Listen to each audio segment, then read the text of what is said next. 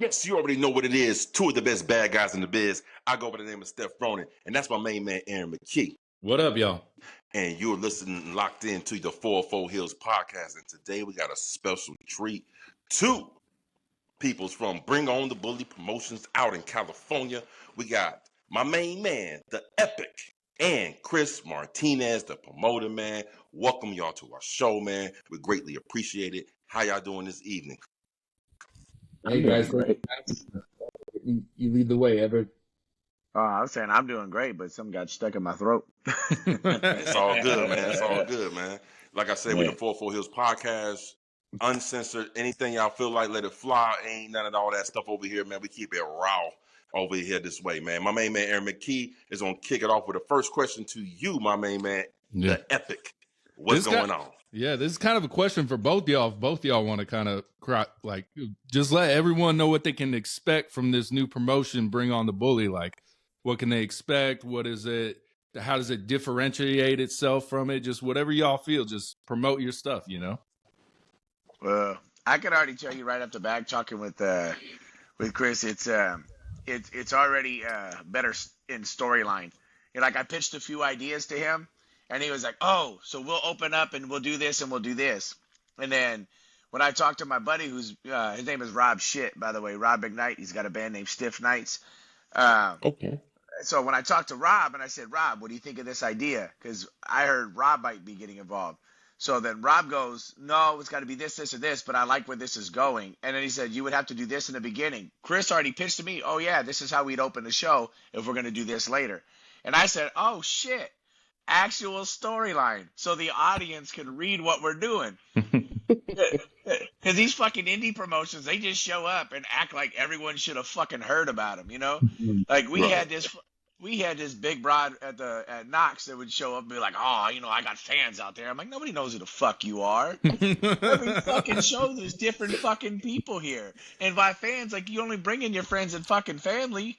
You know what I mean? Like, the fuck you talking about, fans? No one gives a fuck about us on the fucking indies. You got to go actively recruit brand new fucking people. Right. So, to me, that just shows me you're fucking lazy and worthless and didn't go fucking bring in new people. So, just nothing but the old people you've already seen before because it's just friends and family. You asshole. So, with the new promotion with Chris, what he has, all of us have to bring in our own fucking people, not just friends and family, new fucking people. And Chris has already been working, hitting me up, asking questions like, "Where can I get this, this, and this?" He's already got his own stuff coming in. So it's like he's looking to do the most for the fans versus like trying to get himself over and get paid.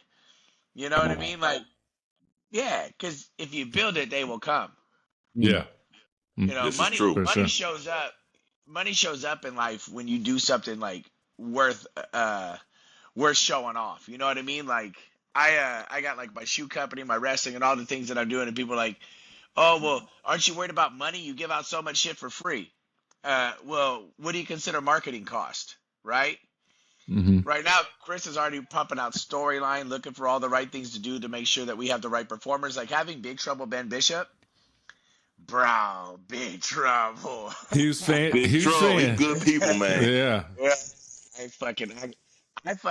I saw him on the card, and I wasn't on the card yet. And I saw that, and I said, "Hey, what the fuck?" And then I saw Matthias on there, and I was like, "Hey, fuck you." You're like, "How do you not have me?" You know what I mean? Like, I'm getting on this fucking card. And I saw Slice, and I hit him up. I was like, "Yo, I want to do the show. Let's go." And then, he told me what it was, and I was like, "I will do this shit for free. I don't give a fuck." Like, I've been wanting to work with Ben because I know that we can make magic either in a ring, off camera, skits. Like, you take a personality like that and you put it in an environment and you're cooking with something already. Yeah. 404 HEELZ first guest, Big Trouble, man. Yeah. Really? Yeah. Our first interview, man. Yeah, first interview. On point. Yeah. Man, well, now I fucking hate him. My man, Chris, man, how you doing, man? Appreciate everything, man. Like most definitely. My question is to you, man. Why professional wrestling? Yeah. The promotion. Bring On the Bully. Go ahead and inform us what is the objective of what you're trying to do. Right on. Well, thanks for having us. I'm sure most everyone knows what Epic is if you if you weren't living under a rock this last year, he was kind of everywhere. So first of all, thank you guys for having us. Thank you to Epic for really being my right hand in all this so far. And yeah, so I got about 20 years in video broadcast on the MMA side and reality TV, bunch of stuff with athletes and rappers. But in the last couple of years, I've gotten into wrestling with my kids, gotten back into wrestling now that my kids are of age. And I grew up watching WCW Nitro, every Monday, begged my dad to take me to one. Got left in a casino all day, met all the guys by the elevators when I was about 11 years old. And even back then, kind of felt like, hey, one day I'd like to work in this world, Uh, and recently I've been working for Sean Merriman from the Chargers. He has a MMA promotion called Lights Out, where I'm head That's of right. content over there. Yeah, so we put on awesome fights every month out of Long Beach, and we just got a deal with ESPN Latin America, so we're getting kind of a global broadcast now. So along the way, I just said, you know what? I want to build something on my own. It's cool to work for all these athletes and TV shows and whatnot, but it'd be nice to have something that I could say, I built this, maybe one day my sons are part of it. They might want to be an entertainer one day, and maybe something's already ready for them to, dip their foot in. So I had a birthday party for them a year ago and rented a ring and had a couple buddies wrestle, and kind of got bit by the bug and said, you know what, let's on the side keep this dream alive. And like Epic said, if you build it, they will come. So an awesome venue in LA called the Compound. Ooh. They opened doors to us, so we're going to put on a show there January 7th. And the idea is just that January 10th. January 10th. I'm sorry. January 10th. If you show up January 7th, you can help set up the ring, bro. Someone might have heard this. They're only going to get the clip. So if anybody shows up January 7th, all right, like the wrestling show won't be there, okay, but I might be there. It'll be a day before I have something done for myself. But I'll make sure you guys have fun. You know what I mean? I might be naked. I might not be. It starts at 7, guys, but it is on January 10th. And the bully kind of theme is just that we're taking it back to the 90s, where it was good guy versus bad guy, and good guy doesn't always win, but the moral of the story is that the doing the wrong thing isn't going to pay off in the long run either. So the guys on this card have all reached a certain caliber in their game already, and have a certain following, and that's something that I'm holding the bar a little high in comparison to what I see in the independent world. If I'm spending my hard-earned money taking my kid to see wrestlers and buy hot dogs and buy a shirt, I'm hoping they look ready for the big show. I'm hoping you take a kid to a minor league game, you still want to see some good baseball. You don't want to see some guy straight off the forklift, Yeah. You know what I'm saying? Like, I want to see, I want my kid to get the experience of WWE, but on a minor league, hometown budget. I got that, man. Look, and for you to sit here and say that not always the good guy wins, we appreciate that being the 4-4 Heels, man. You know what I'm saying? So that's all a lot of love, man. But most definitely, man. Aaron, what you got for the Epic, man? I keep calling you the Big Epic, man. I'm gonna keep you the Big Epic, man, to me, bro. Cause you swole shit. Yeah, I'm gonna get small real quick. I weighed in at like 250 at the hospital today, and I was like, yeah.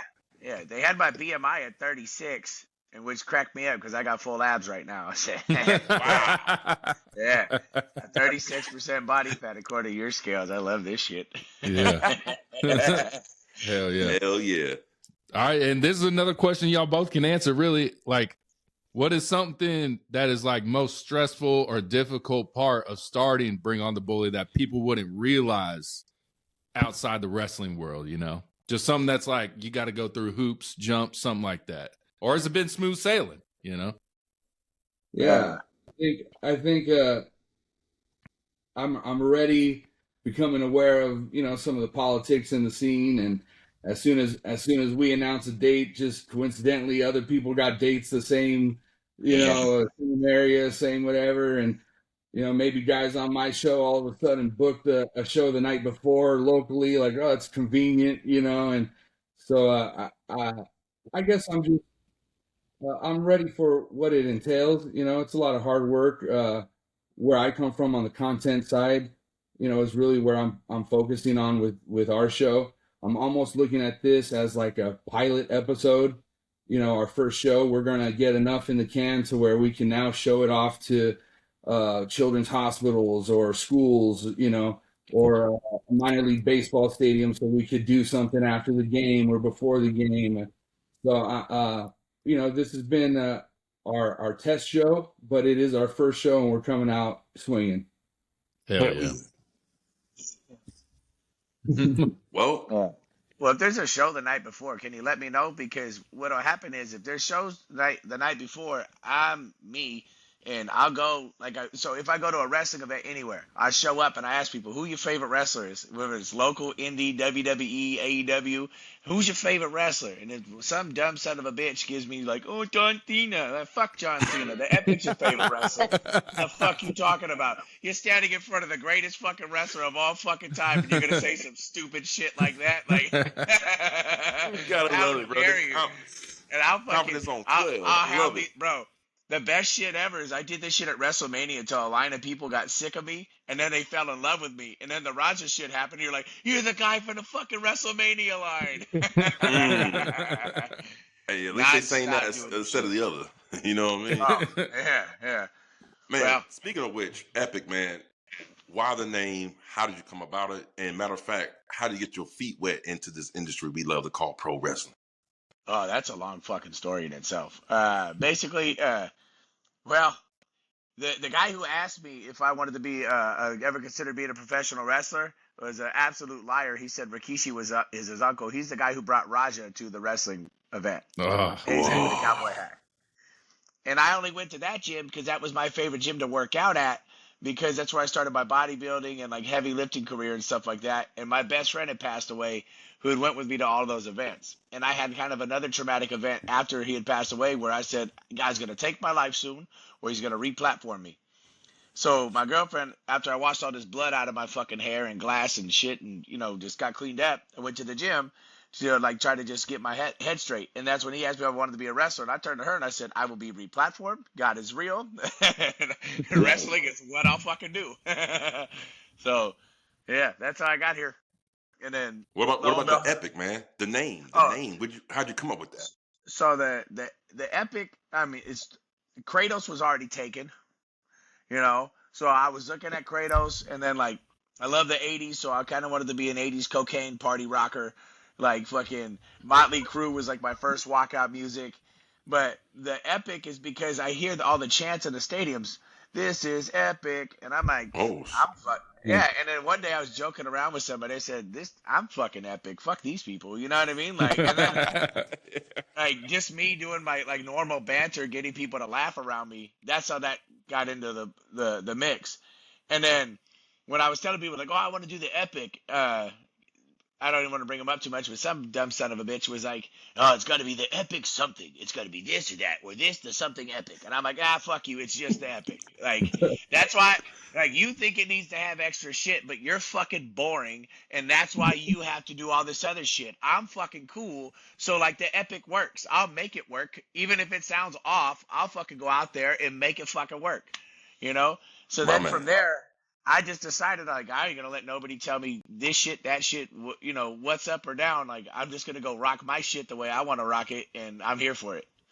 My man, carve your own lane and don't complain. That's what we like to hear on the 4 Hills podcast, man, for real. Straight up. And low-key, I'm a heel, but the problem is I do nice guy shit from time to time. Hey, man, join the club, man. You know what I'm saying? Yeah. The camera's always heels. Behind the camera, nice. It's cool. Yeah. Like Thanos. Yeah. He's trying to save the world, but he's a bad guy. He don't know it yet. Yeah. But with Gamora, he was probably the greatest father of all time. You know what I'm saying? Seemed like it. The little sword spinning scene and shit like that. I was like, he just wants to teach and be good. Little one Yeah. Then he threw her ass off that mountain. Sacrifice. But then you ask him, what did it cost you? Everything. That's Yeah. true. Everything. That's true, Because man. he just became, at that point, that's when he was rational. Yeah. Yep. It's like So, when it's like, reality. yeah. So is it safe to say you're going to be the heel in this Bring On the Bully? No. I'm not going to be a heel anytime soon. No. Okay. No. Even when I try to be a heel, I'm too damn likable, and the crowd starts cheering for me. Because, in my heart of hearts, I'm funny. So if I do something to somebody, like, I end up getting a pop out of it. So, there's no point trying to, like, get me to be a heel. We always say here, man, wrestling crowds now are like situational fans. Yeah. Like, like they'll boo you if you're next to this person, but they'll cheer you if you're next to this person. There's no real true heels and baby faces anymore. Sluts. It's kind of a weird thing. Sluts. Hey, he's actually bringing back that 90s style, bro. Like that NWO heel, people were cheering. They're supposed to be booed out the window, but people were cheering them because it was so cool, man. So you got that same swag. Yeah. The NWO had it, dude. I love Scott Hall is like, Rest in peace, man. Yeah, I did that match at GCW with the Brothers of Funstruction, and they were even talking about towards the end of calling the match, they're like, oh, we'll just roll you up like this and this and this, and I was like, brother, no, like the fans paid to see big shit at GCW. You're gonna hit me with your shit and pin me in the middle, no funny business, like, you know what I mean? Get your shit in. And, like, we're here. Like, what does a wrestling loss mean to me? But if you beat me on a roll-up, we just stole something from those fans. Facts. Nobody wants to see, like, you're a fucking entertainer, and you think your little dick ego matters more than the people paid $400 or $500 at these big shows to see this shit? True. Because of your, I gotta protect my character. Like, bro, like, your character's still over. Like, they're still cheering for you either way, or they're booing for you as a heel, but they want to see the 1, 2, 3. It's literally the cadence they want, but they want it off of a big move. They don't want it on cheesy roll-ups. Like, that's not exciting anymore. Yeah. We see it too much. Yeah, I was just about to say, we see that a lot now because they're trying to protect a person. Yeah. But it's stupid. Scott Hall was the least protected character of all time and the most over. Facts. He took everybody's big shit, and he fucking took all the pins. He was the pin eater, and he was the most over. You're right, because no one cared if he got pinned or not. Scott Hall was cool. We rock with Scott Hall. One of my Mount Rushmore wrestlers of all time, just by the way. Chris Martinez, man, I heard you say earlier when you introduced yourself, you said that you deal with rappers. Kendrick Lamar, Nipsey Hussle, you've been rubbing elbows with them. Can you tell me a little bit about that? Yeah, it was after college and after working in reality TV. I met a OG fella, as they call him, over here in Compton, and he used to kind of run around with Suge and all those guys back at Death Row, and he was now a older dude in his 50s, and he wanted to build something for his nieces and nephews, so he built a studio, and I was the videographer, video guy, and within about a year's time, we were shooting everybody in LA, the Game, J-Rock, Nipsey, Kendrick, and it was just a kind of really couple years of growing that I cut my teeth in hip-hop, kind of similar to the fight game, similar to wrestling, very unorthodox way of making a living, but it kind of prepped me for everything I do now. And I look fondly back at those times and that music and that experience. Okay, so let me ask you this: how did it translate from you having the experience of what you just laid out to what you're doing now with your own promotion? Yeah, I was an outsider, if you will, going into areas that I wasn't from, and I'd have to, command attention of, 50, 60 dudes all out there with their cars and their, dogs and their girls and their Posse, entourage, everything. We weren't shooting videos in a, little quiet studio. This was, in the hood. This was out and head on a swivel, and we were in and out, get it done. And the way it would work is, we would shoot a guy like Game, then there'd be, 100 other guys who aren't the Game who want that, so Yeah. now we're fulfilling orders, and it taught me how to keep my word, how to deliver on a product, how to get out there and hustle every day, how to network, and it's really that in high school football has been really what I've used in my professional career to kind of navigate, these waters. I feel that, man. Sure. Hell yeah, man. For sure. You ever needed a pass to film in one of these hoods out there, bro? Yeah, that was my partner's, department. We were good. But yeah, I was like from the suburbs, so I kind of just stayed true to me, and it worked. People were like, man, that guy with the camera was a bad motherfucker in that way, so I just did my thing and had a lot of fun, but it was also kind of like working in a nightclub, like, it's fun, but any night could be a bad night, and, a couple years, and then you're ready to, settle down, find something else. Yeah. Hell yeah. Yeah. Yeah. I don't miss that. Yeah, flashbacks talking about nightclubs. I used to work at a biker bar. Woo. Ooh. As a bouncer? Yeah. And it was only me. Yeah. I got into a fight upstairs in some Royal Falcon and Redlands. I got into a fight upstairs, and when it ended up in the street, I was ass naked. Oh shit. Butt cheeks out and everything. I was like, well, here we are. Whooping ass, showing your ass. Here we go. I was here for the fun. Blood is lube. Let's go. Let's do it. Let's go. Hell yeah. That was it. They don't miss that. Chris is real. Oh, sorry. I didn't mean to cut you off. Go ahead. I was going to say, Chris is real because he didn't come out of all of that looking like B-Rad. He could have been. There might be some. I was on vacation, and 3 That's years hilarious, ago, man. doesn't come out with Malibu's most fun, and we're good. Yeah. Oh shit. Oh man, that's good.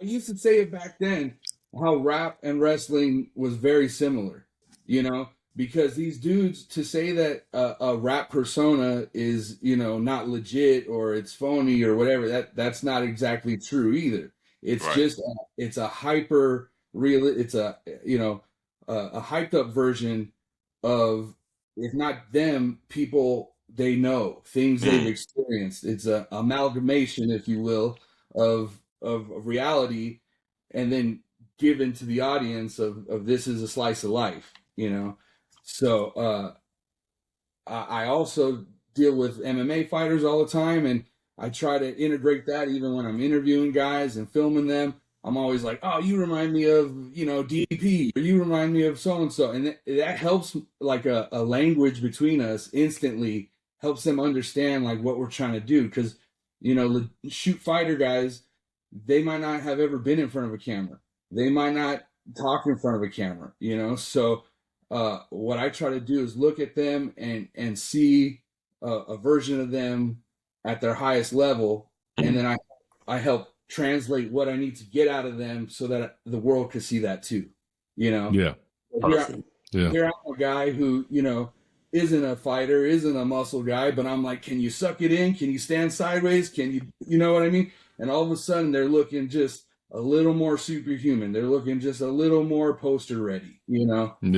And ironically, that's kind of my forte, whether it's a bride on like $1 million Indian wedding that I do, or a rapper, or a guy like Epic. Like, I try to just be critical with what I see, be humble, be honest, but be direct, and tell them, hey man, if you suck it in and stand like this and hit it like this, let's move the light over here so it hits it more. And all of a sudden, this is the stuff that The Rock had. This is the stuff that's Stone Cold had.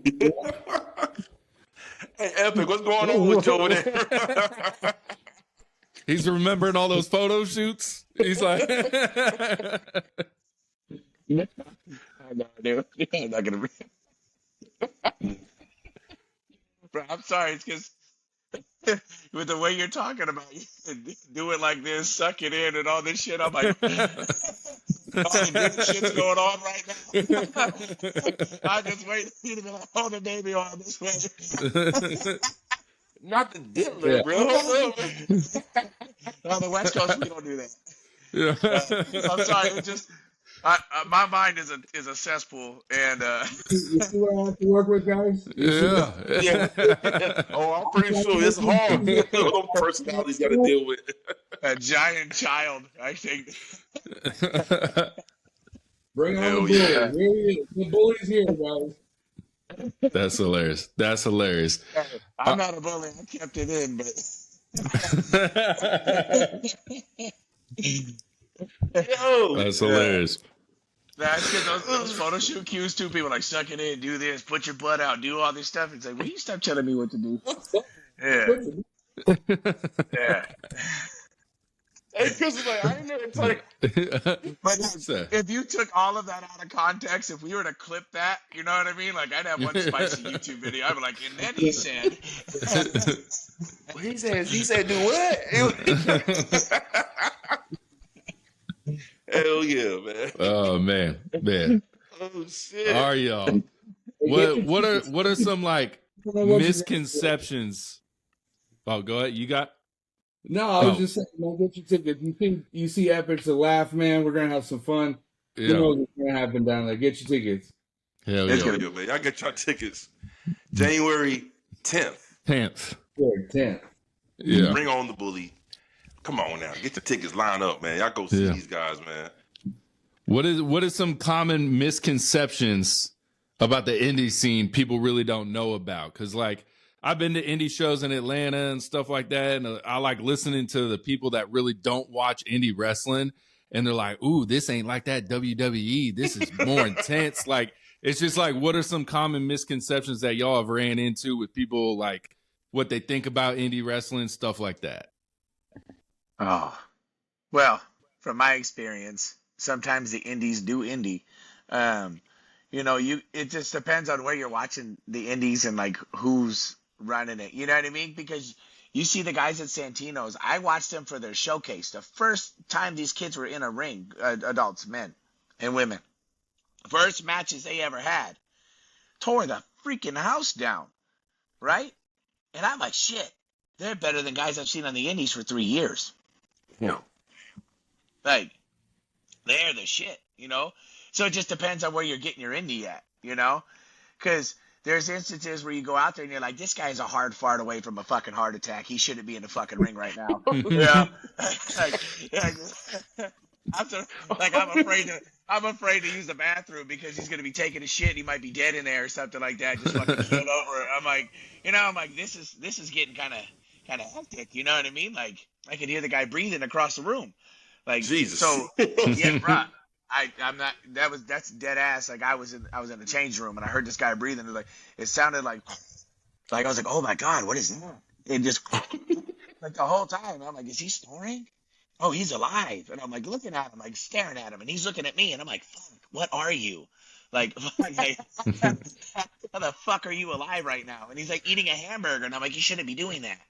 Like, part of me wants to take that shit out of his hand, hand him a salad, like take him over to a fucking treadmill, you know, get him some fucking trizepatide or some fucking semi-glutide and stuff like that. Like, it's on the house, buddy. This is a fucking intervention. Like his soul's halfway to fucking heaven, and I'm just staring at this fucking guy. You know what I mean? Like, he's gonna be dead.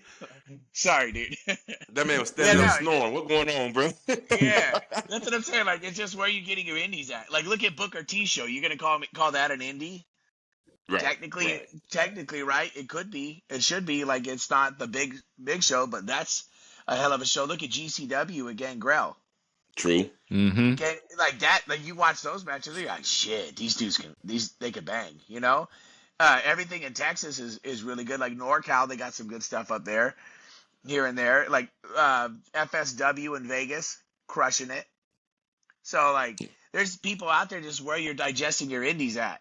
And then you go to other places and you're like, these people don't train, they don't care, they're like drunk, They don't give a. It's like they don't give a fuck about the fans, and you can always tell they don't give a fuck about the fans because they don't take care of their bodies.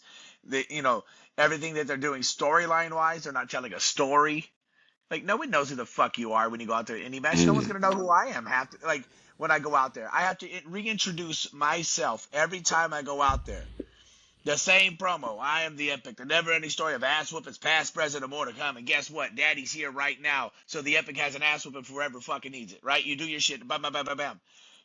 That's why I'm the CEO, the absolute king of fuck around and find out. Who wants to find out? So you sit there, you do this every show. But you go to indie shows, and there's people doing stuff, and it's like they don't even introduce themselves. Ooh. Yeah. Wow. Let alone sell to a crowd. Yeah.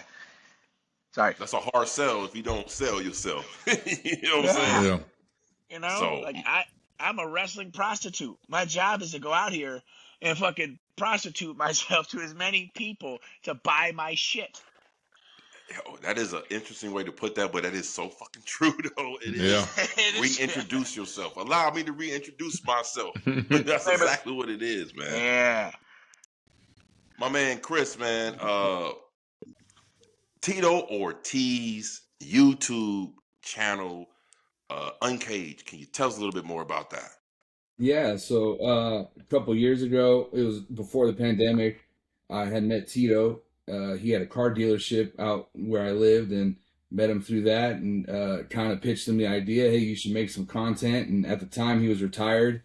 I didn't know he was going to fight again, so it was kind of perfect timing. And he took a fight against Alberto Del Rio from the WWE, and they had a MMA fight down in Texas, and I documented a couple of years of Tito's life, and then it ultimately led to us flying out to Florida to go to the WWEPC. Shane McMahon flew out Tito, and I was kind of his documentarian and shooting the process of him learning pro wrestling for him to cross over, and it was an experience that I still I'm carrying into what I'm doing now. I kind of got to sit passenger seat in 101 pro wrestling from the greats. Yeah. Was WWE hesitant to let you film at all? Yeah, dude, they shut my ass down quick. Whoa, that sounds like the E. And like I said, I've been in every hood in California.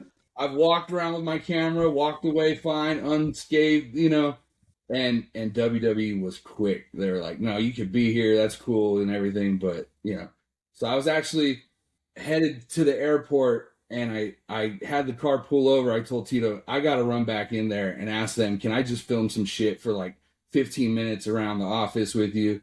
Because my wife let me come out here for a week.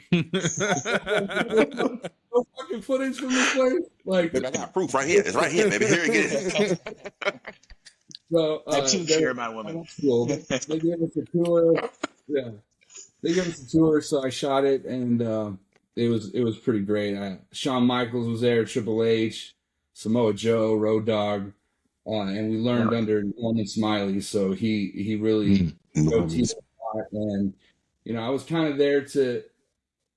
We would train for hours and then go back to the hotel, have dinner or whatever. So I was his like sounding board on like, how did that look? And, so I would kind of bridge the gap too on things that I would see them coaching that he wasn't really grasping because he couldn't see himself or he couldn't imagine what it'd be like from the audience, So it was great, man. I appreciate all those guys. Hope to one day be back over there. Hell yeah. Excellent. Uso, that's you. Let's go, man. I just want to ask you a couple like childhood memories. Maybe something like, what was your earliest wrestling memory that you can remember? Like maybe the thing that got you into wrestling or just like the earliest memory. I remember watching with my grandpa, seeing this guy Disco Inferno on a static TV. And I was like, what is this shit? And then, so what is yours like? Like, this is wrestling, this is for me type moment. Yeah. For me or Chris? Both of y'all. Go ahead, Chris. Sure. This is fan stuff. I don't always get to wrestling, so I'll take you up on it. Yeah. Around the same time, I was, clicking around and, my grandfather was a professional boxer. He worked with like George Foreman and them in Oakland in the 70s. And then my dad was a collegiate wrestler down here in LA. So like boxing and cops and Howard Stern, that was like all that was on in my house with my dad. And then, I came across this, WCW Nitro, and I saw Hulk Hogan. I knew him from like movies when I was a kid, and I knew he was acting like an asshole. And I was like, what is this? And I showed my dad. I'm like, hey, this is like boxing, right? And he's like, this isn't like boxing, son. But it was still like a conduit for us to talk about this kind of stuff that to bring on the bully, like that guy's lying, or can that really happen? Can if you grab a guy like that, will it really, so it's like a safe ground for dads to even have these conversations about what to do when there's a fight, what to do when your friend does you totally wrong, what to do when you're fighting for a chick, or all these stories, allegories, parables that come up in wrestling that maybe you don't see on the indie scene kind of play out like that. So I as soon as I saw Sting come down and fight the NWO, dude, I was hooked. I was a Batman kid, I was a Power Ranger kid, so that was just the evolution of what to talk about at school. And I had a buddy who said, Diesel and Razor, and I was like, who's Diesel and Razor? And he's like, well, Scott Hall and Kevin Nash. And so I had no idea that like guys moved around and the characters evolved, and that so once my mind got open to that, it was my love. And my dad's spot to vacation was Vegas, so I said, hey, wrestling's going to be in Vegas, can we go, and talked him into it. So I went to one show as a kid, and I got to meet all the guys in the hotel, and I remember Eric Bischoff was on a payphone right next to me, and I was a kid, and I remember just knowing that he was the guy who ran the show. I hated him because he was the bad guy, but I also wasn't going to bother him because I knew whatever he was doing was important. And I kind of thought back then that like, that's a cool job, I might not be a wrestler, but like I could be the guy helping run the show, figuring out, the cameras and stuff. I didn't understand it all, but I knew that there was guys behind the scene, and that I wanted to be a guy like that. Hell yeah. Hell yeah. Hell yeah. Epic, man. Well, childhood's a weird topic. So talking about having to talk about fighting people, like your fatherly advice. My dad's was bite something off of them so they remember you forever. I'm like, I'm fucking 4. Like, I'm 4 years old. You want me to do that? Legit got suspended from like preschool at Montessori for biting.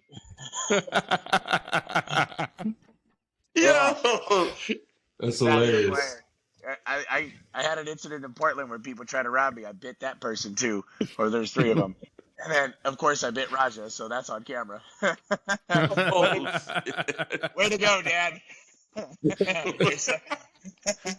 Dudes taught you well, you know what I'm saying? Yeah. Yeah, so wrestling basically for me, like wasn't allowed to watch it at my house, not because my dad didn't want me watching it. It's because all he wanted to watch is what he wanted to watch, and he was a very domineering person in the household. So I went to the fun household where they didn't have that shit, and they had wrestling over there. So I would watch it with, they're like my brothers, Taps and Taylor Smith. They own TNT Martial Arts and Fitness. Great organization. They're amazing martial arts instructors. Anyways, back to this. Their dad, Rory, was a Stone Cold fanatic, and he loved Hulk Hogan. And most people don't know this if they don't know me, but all I wear is a fanny pack, short shorts, and a tank top every day of my life. Rain, sleet, I don't give a shit. It's what I wear, right? Rory wore the same shit, and he had the same Hulk Hogan Fu Manchu. And he did the same thing when you're in trouble. Boy! And you get the finger pointed at you, and you're like, oh, shit, I'm in trouble. Never knew where I got it from because I didn't get to watch wrestling a lot. And then finally they had SmackDown that came on to UPN at the time. So then I'm watching it. I got hooked on The Rock. I was watching Stone Cold a little bit when I got to sneak over there and watch him for WrestleMania when he came out with the beer truck. I got to see that with Rory. He popped like one of the kids. He was like, 45 years old screaming and yelling for Stone Cold on the couch. So I fell in love with those people, but mostly the SmackDown cast, you know? So watching like Rikishi do the dance, being a little fat kid growing up, my mom would be like, "Oh, you know, look at this guy. He's in a thong and he's dancing in a ring full of a stadium full of crowded people, and you're over here crying because someone called you fat." You know what I mean? Like you just be confident. And then I'm doing a Rikishi dance in the living room. And then, for me, like when I really wanted to like start doing it, it's because I was always an athlete. Um, I fell in love with Hulk Hogan when he came back. Like the day he came back in the red and yellow is when I was like fully enveloped into the lore of wrestling, because I thought he was the cheesiest, lamest, dumbest. Fucking like, bro, like, once you finish your move, I love the stunner. The rock bottom's cool, but it's not as violent as a stunner. So, like, I think it's kind of lame.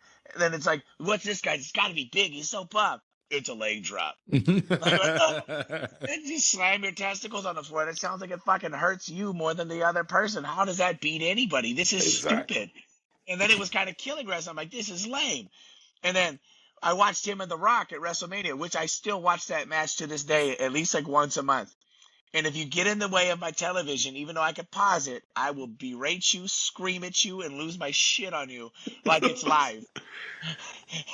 I will One of the fight you. I'm greatest. not even playing. Yeah, it's my favorite match ever. Just the electricity of it. That's what I Yes. love about wrestling, is the electricity. So it brings me back to when Hogan was prompted back to the red and yellow. And they first appeared back in the red and yellow, came out to Jimi Hendrix with Triple H in Backlash. Mm-hmm.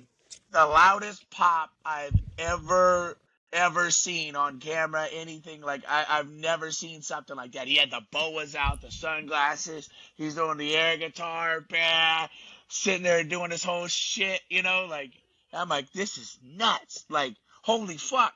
And then you watch him in the ring and what he does, and how he panders and he pantomimes and he's doing this, and you're like, oh, wrestling is not for violence. Wrestling is a show for the people.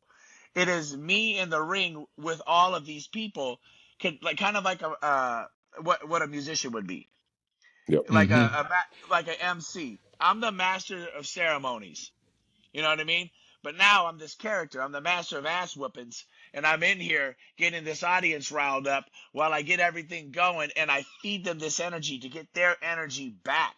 And it's a play to see what I could get out of them. That's when I started to really love it, because, playing basketball my whole life, I love basketball. I love the sport of basketball. I love doing all the plays, but there was nothing better than the big moments and hitting the big shots and then watching Mm-hmm. the crowd go fucking nuts. Like, when I was in high school as a freshman and the crowd started chanting Dougie Fresh, my first game I played on Oh, JV. Yeah. And my name's, is Doug. So I hear the crowd, Dougie. I scored 12 straight points. And the crowd just going nuts. And I'm just like, I'm fucking into this. So then it's like, I bet you if I shoot a 3-pointer 10 feet off the line and I hit this shit, they're going to go crazy. I bet you if I do this, then I started falling in love with getting the pop.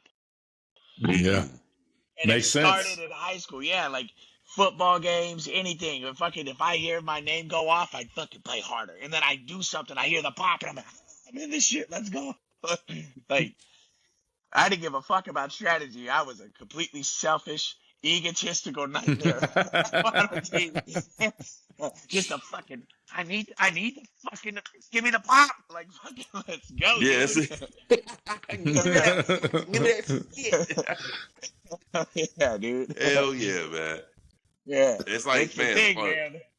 I've heard Ric Flair say, that's why he stayed doing it for so long, bro. You get addicted to the pop. You get addicted to the reaction Yeah. of the crowd. Because unlike any other sports or entertainment, when you walk out there, the spotlight is on you and you alone. You have all these people eyes on you at that moment, from the walk from the back to from Gorilla to the ring. And it's something some people can't get away from. It's just an adrenaline rush, man. So yeah, I much understand. Yeah. Me being a former sports player, basketball, football too. Yeah, it's something that you ride off on. It's exhilarating, man. So trust me. Yeah.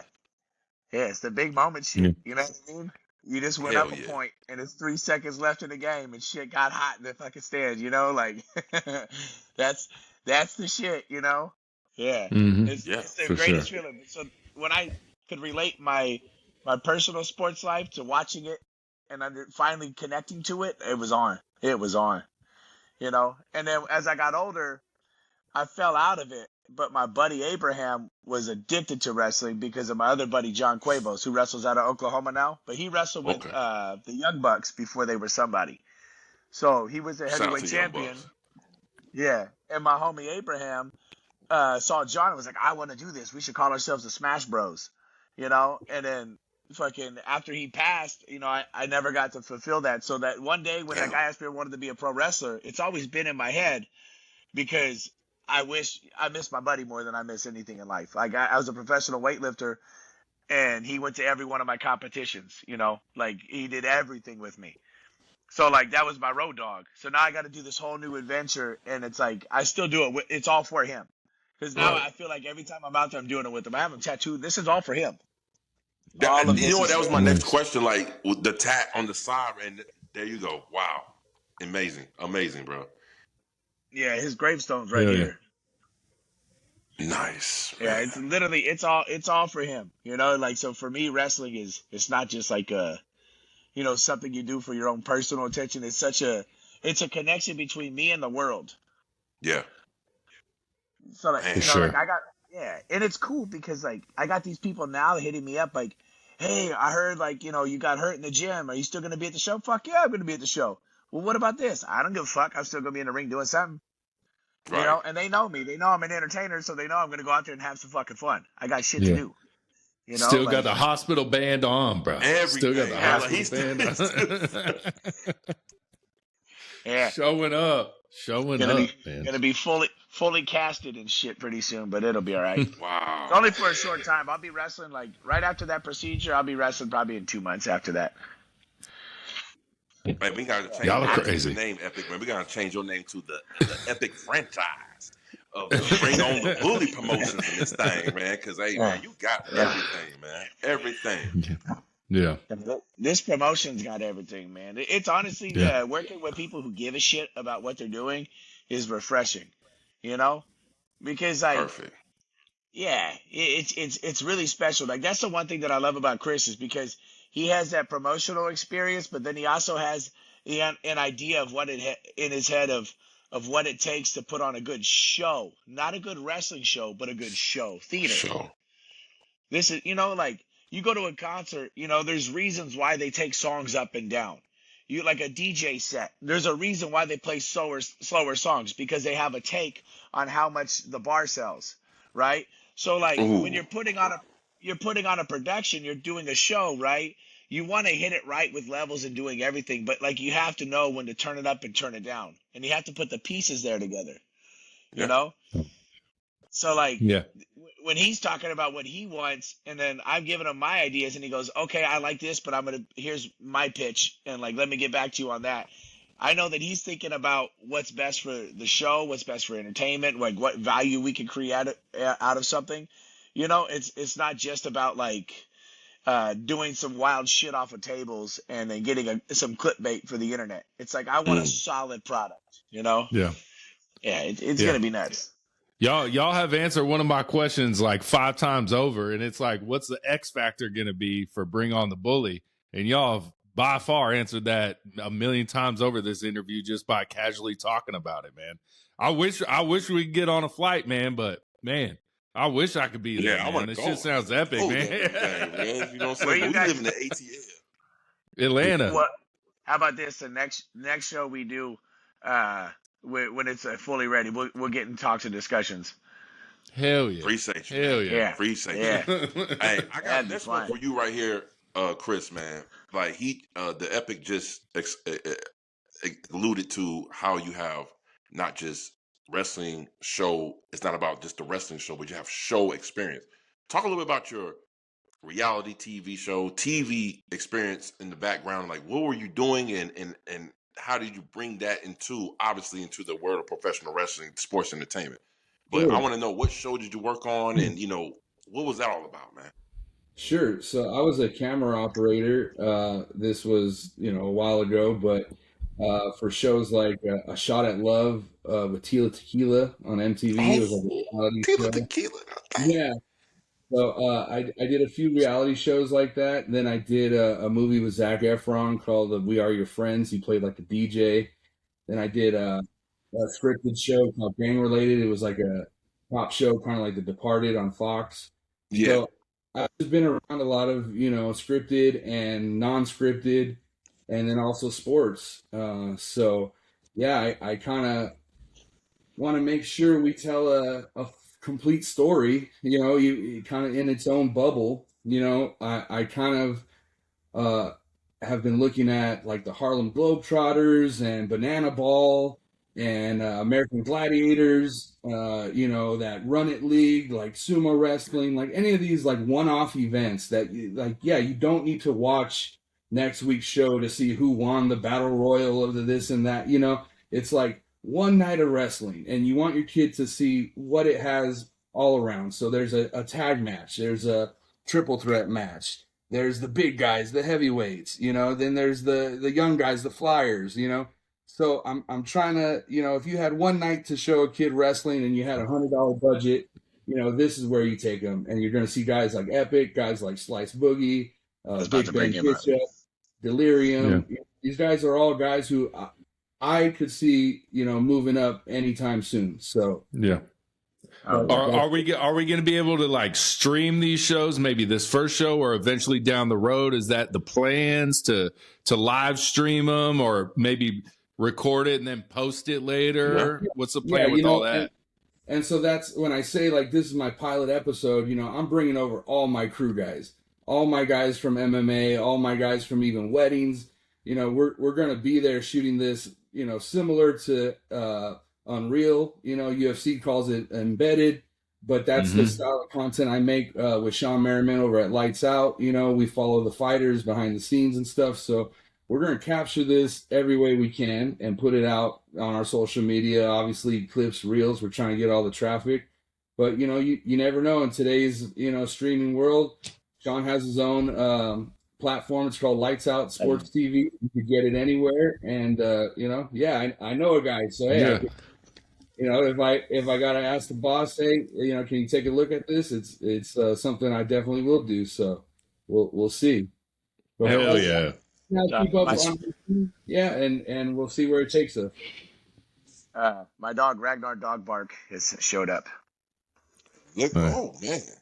Yeah, I'm surprised we haven't heard my dogs bark in the background yet, man. They're being good right now, Well, see, you've heard of Ragnar Lothbrok? Mm. So Ragnar Lothbrok is like a famous Viking. My dog's name is Ragnar Dog Bark. He likes the dogs with the puns, man. I like it. I like it, bro. Hell yeah. Nice. Yes, by the way, Look. Slice Boogie is a motherfucker. I can't wait to see him. Right. Slice Boogie. That's what I was going to follow up with. He said he was going to talk about Slice Boogie, man. If he can give us a little intro to Slice Boogie. Man, Slice is probably the most fun heel you ever have. Like, I had a problem so he showed up and I was hot at championship. Like, the crowd's doing epic chants and shit like that. I was one of the first matches, and I'm like, I should be the main event. This is stupid. But like, if you guys want to kill your main event, put me out early. Right. Yeah, they're gonna be blowing their wad right there. And normally I'm confident, like I'm like, all right, I'm gonna get them hot, and it's not gonna get better than that. I'm over here having fun. I hear the crowd going nuts, and I'm like, who the fuck? And I'm like, oh, I forgot Slice is here. I go out there, I start watching this match, and start being a little fan. You know what I mean? I'm like, this motherfucker is guts, bro. This guy will talk the most shit. He's an ultimate heel, and he's funny. You know what I mean? Like, he's every part of a heel you want. He's a likable heel. He's an asshole, so you're gonna boo him because he's an asshole. And if you're cheering for him, he's gonna find a way to make fun of you. You know what I mean? Like, he was like, you came here with dusty buckets on your feet, looking over here cheering at me. Look at you, doofus ass. Like he's that guy. He'll roast your shit. You know what I mean? Like, yeah, Slice is special.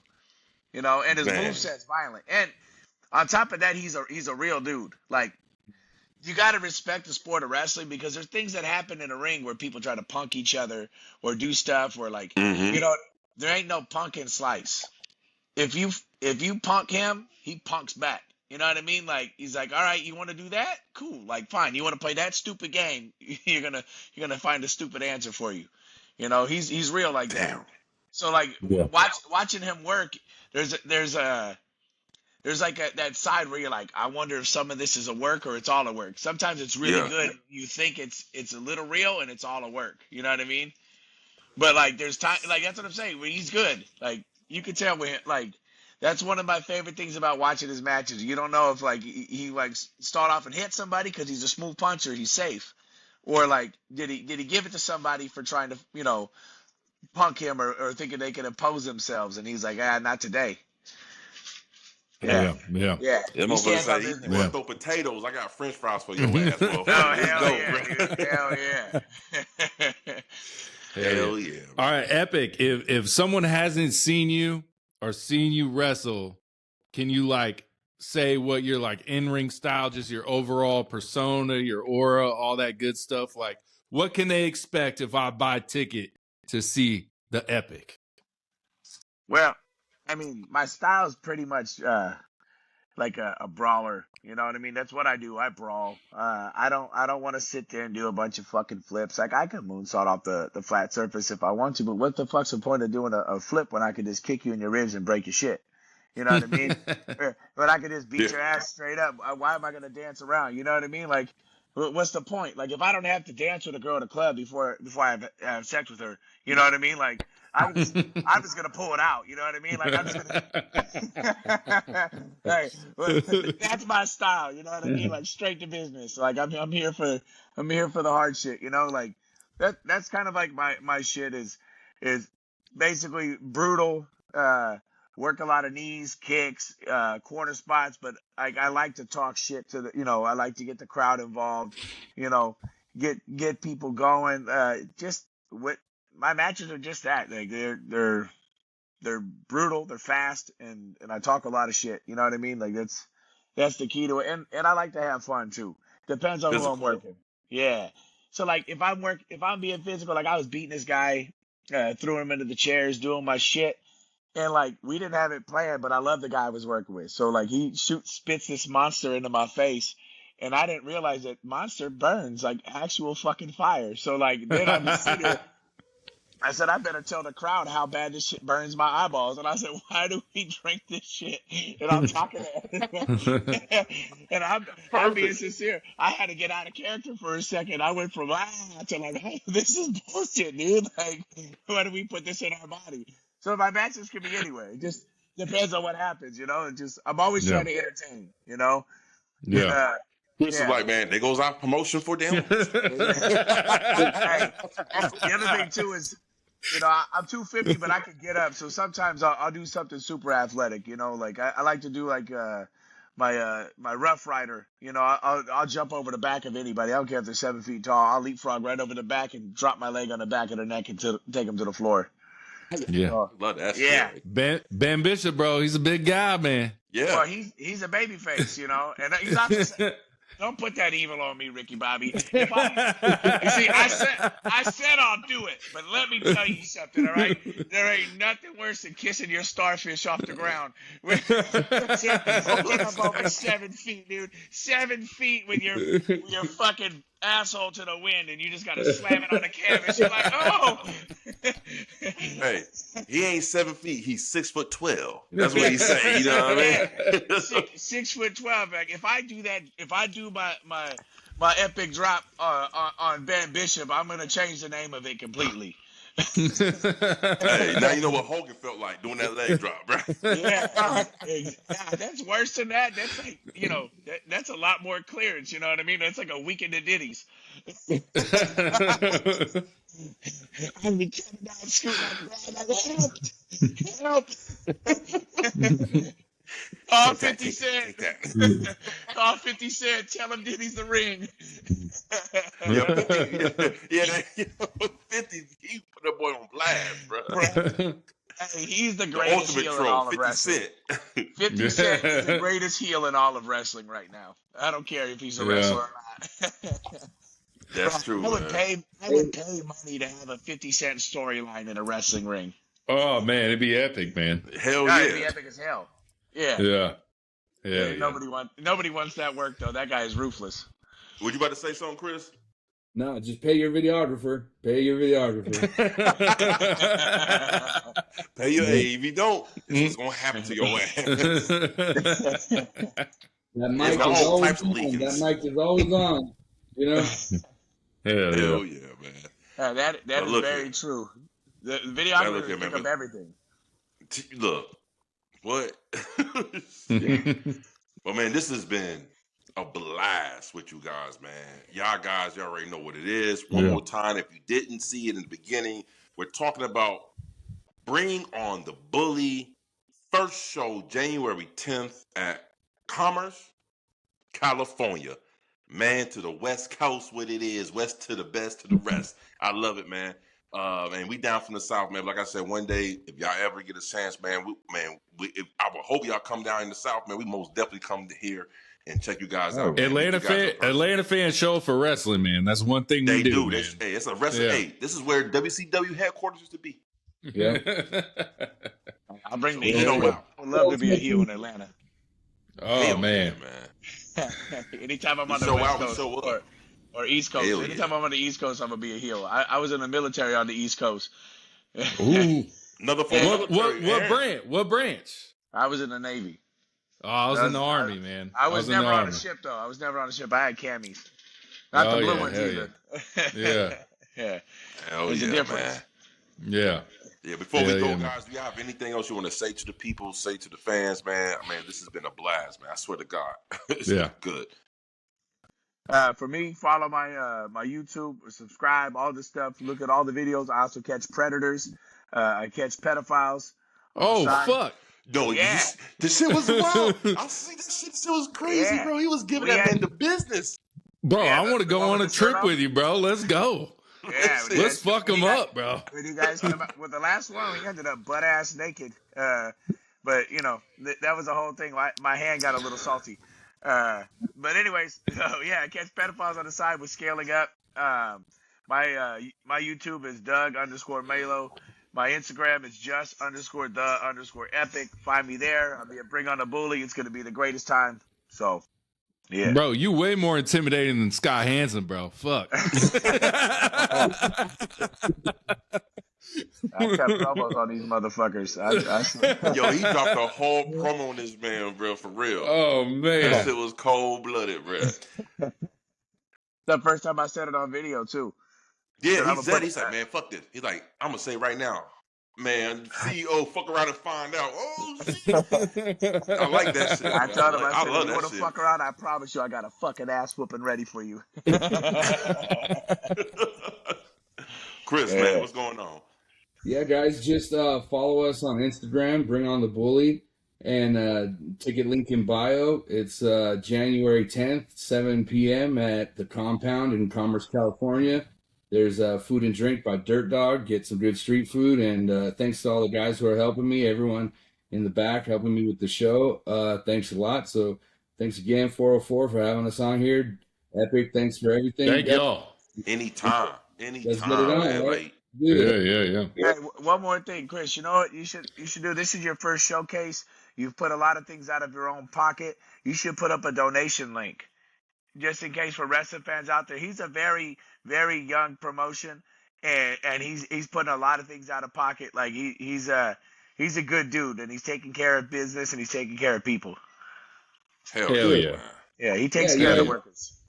Anyone wants to get in the wrestling business, you got a brand you want to put on the ring, you want Epic to wear your shirt and rip the shit out of it, you hit us up. I got packages for all that, VIP tables, we'll talk. If you guys want to help us out, you hear what we're about. We're trying to put on a family-friendly show, still PG-13, but we're going to kick some butt, and we're going to have some fun.